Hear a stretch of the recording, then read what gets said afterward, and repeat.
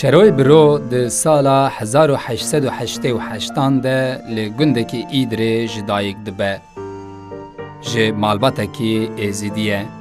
ده زاروکاتیاوی ده مالباتاوی جبر ظلم و ایریشن عثمانیان ولات خواه برددن و درون کافکاسیای.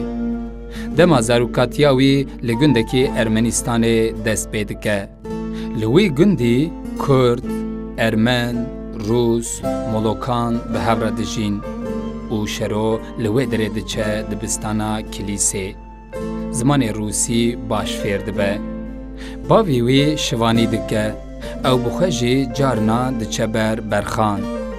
او جی وک شوانین دمی بره بکرگا خواه دودوک شوره چه دکه و او دودوک دبه آموراوی یا یکم یا موزیکه.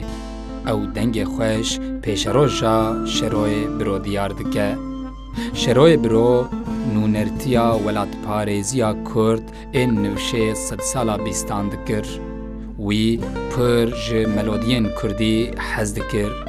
Zarokatiya xwe bi van derbas kir û dest bi nivsandina helbestan kir û ji helbestên xwe re müzik çê dikir. Şeroy biro di 15 saliya xwe de dayîk û bavê xwe wenda dike.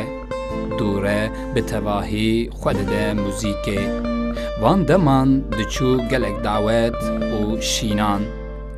Dengê wî bi melodiyên Kurdî re dibû yek û belavê deşt û zozanan dibû.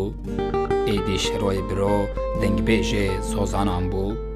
Biro di 24 saliya xwe de ji hêla Kurdê Qafqasyayê ve tê naskirin.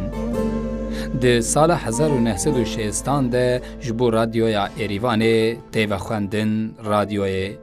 û radyo hemû kilamên wî hildan bin qeydê û kilamên wî nemirbûn. Dengbêjê Kurd Şeroy biro di sala 1970 de di 82 saliya xwe de diçe ser dilovaniya xwe.